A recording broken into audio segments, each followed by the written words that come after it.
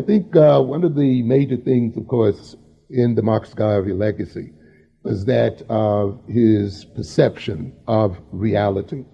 I often talk about reality in my classes and in my general lectures because we have to recognize that at the center of one's adjustment to the world, at the center of one's ability to deal with the world, to change the world, to suit one's advantage, is a knowledge of reality.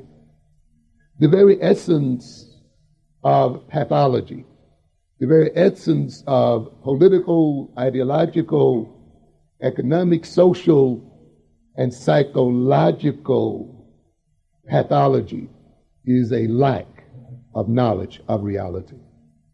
How can you deal with reality if you don't know what it is? How can you deal with reality if you're blind to it or if it is distorted? I stated in another context last week that it's somewhat interesting that the brain is locked up in the darkness of the skull, and yet the brain is the central unit that guides our behavior. And it guides that behavior based upon the information it receives from our senses. And therefore our senses must relay to the brain an accurate knowledge of reality, because this is the only knowledge ultimately that the brain gets from the outside world. And the brain, using its innate capacities, its reasoning capacities, its comparative capacities, its basic knowledge and its memory and experience, uses the information given to it by the senses to determine how the person is going to deal with reality and cope with reality, how the individual is going to shape reality to his own purposes.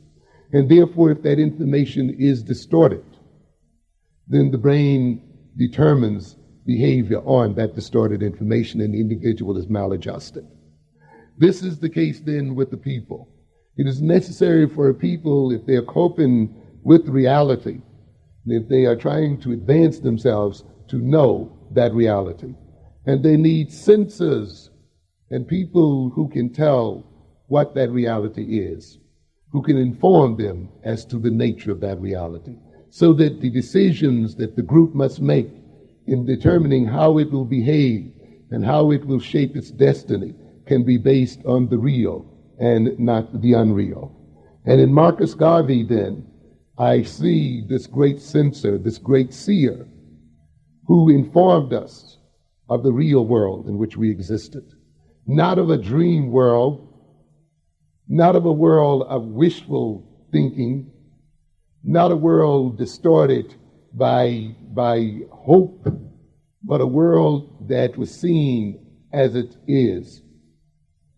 A world that was sometimes brutally projected to us as people so that we could use that knowledge to advance our interests as such. And this is a legacy from Garvey that we must continue. Regardless of our pain, regardless of our discouragement, regardless as to what may be going on, we must be determined to look reality in the face and to use that reality as a base and foundation of our behavior. I see also in the legacy of Marcus Garvey, of course, the legacy of self-knowledge.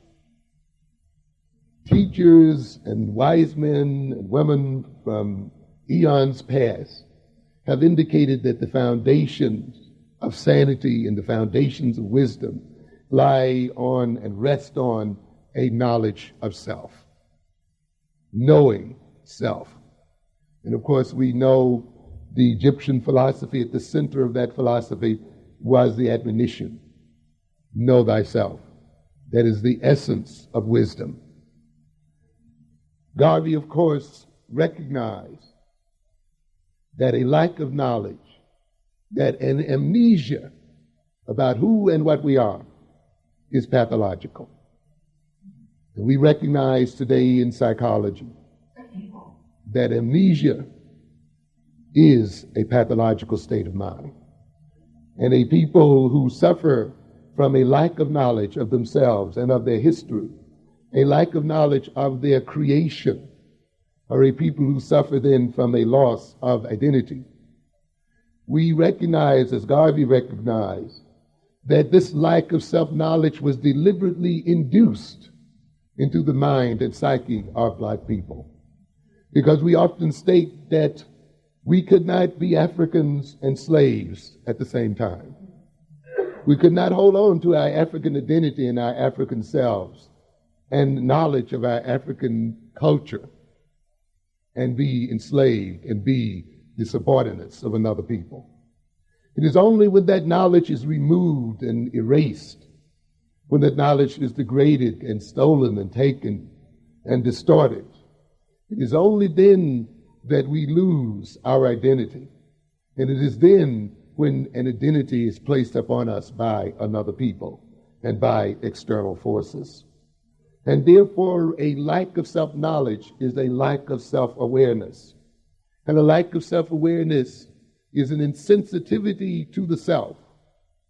But an insensitivity in the self is also an insensitivity to reality and an insensitivity to the outside world.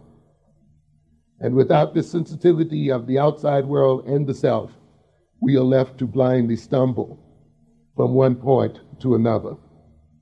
Ultimately, self-knowledge, in its deepest sense, is a knowledge of others.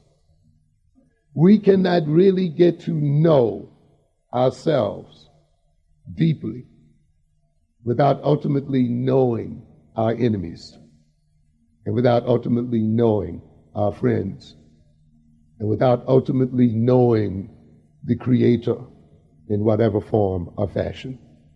Because to get to know the self ultimately involves moving beyond the self and seeing the world from the vantage point of universalism. Consequently, we see in Marcus Garvey then, in his efforts to rescue us from the pathology of racism, putting a major emphasis on self-knowledge and self-knowing. And we recognize today that if we are to regain our African selves, we must engage deeply in self-knowledge and self-knowing. In psychology, we also recognize that at the center of pathology is the individual's inability to control himself. One of the amazing things about the human mind, when you look at it from the point of view of the so-called unconscious, is that the individual who does not know himself, the individual who does not know reality, the individual who escapes from self-knowledge, is an individual then who does not know the roots and basis of his actions. He is an individual who seems to be determined by external forces or by internal forces of which he has little or no knowledge. He is often constantly puzzled by his own behavior. He's often a wonderment to himself. He struggles against impulses and desires and wishes over which he has little or no control, because he has, in his escape from self-knowing, in his escape from reality, conceded his self-control and given it over to someone else. In releasing his identity and permitting another to place an identity within his psyche, he is at the same time then placed in the hands of that other the ability to control his behavior. So consequently, we see in Marcus Garvey then that if we are to control our destiny, we then must control ourselves. We must enter into a phase where the control of our behavior comes under the domination of our will. The essence in many psychotherapies is to make the individual aware of the unconscious forces, the unconscious wishes and impulses that are determining his behavior against his will. And in making these forces conscious, the individual can bring them under conscious control. The individual can bring his behavior under the dominant control of reason and logic.